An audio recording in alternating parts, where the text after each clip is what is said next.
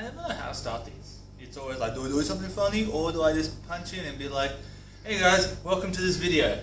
This is the third video in the series, well, not series, but we're looking at the neural pathway in regards to homeostasis. So we've had a look at nerves, the main systems, the type of nerves, and then we had a look at an action potential, or we tried to. The drawing wasn't very good, so hopefully you didn't get too confused.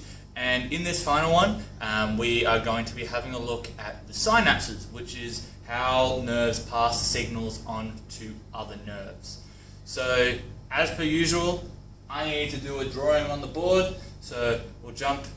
I'll be back talking to you when I am fully done.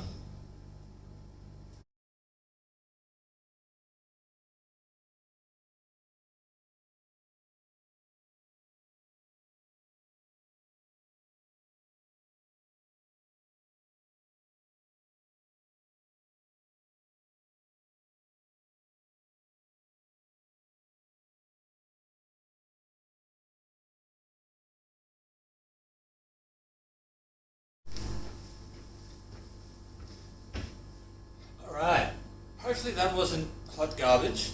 I won't know until I make it, and you will have already watched it, so you can be like, yeah, so that was shit, oh. Yeah, I'll keep that in. It was bad! But what I'll do now is I will actually talk through it, because, yeah, it may have made no sense to anyone, really. So, here we have, this is the, oh, I forgot to put that in. This is the terminal, and this is that's the dendrite of the next nerve, alright? So you have this nerve impulse that comes down, and when it gets to this end, or the terminal, like the very end, what happens is that we have these calcium gates, which are always closed until the voltage from an action potential, which is run through the nerve, gets here, and what happens is that opens these calcium gates. Now, calcium floods in, and as a result, what we've got here are little vesicles of neurotransmitter. Alright?